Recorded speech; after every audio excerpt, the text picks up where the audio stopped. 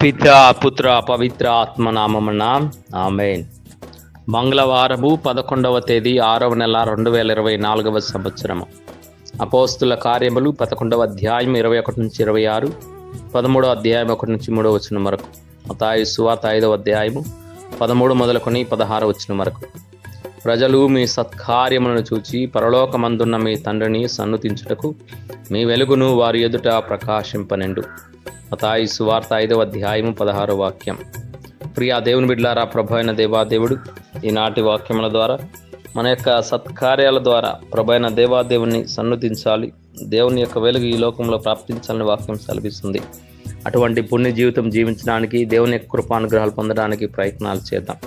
ప్రభు అయిన దేవాదేవుడు ఈ రాత్రంతా తన కృపలో మనందరిని ఆశీర్వదించి చక్కని విశ్రాంతిని ప్రసాదించి వేకువ జామున మేల్కొనే భాగ్యాన్ని దయచేసిన త్రిత్వాయిక సర్వేశ్వరునికి స్తుతి స్తోత్రములు.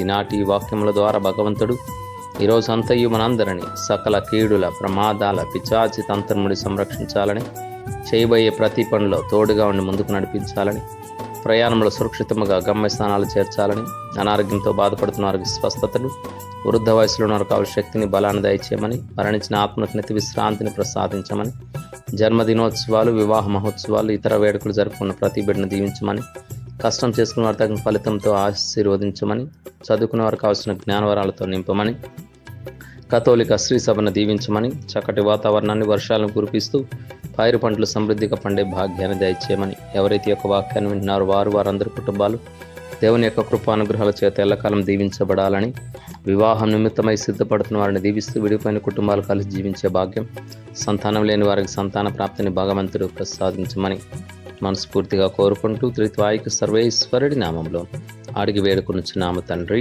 ఆమేన్. ప్రభు మీతో ఉందురుగాక, మీ ఆత్మతోనూ ఉందురుగాక.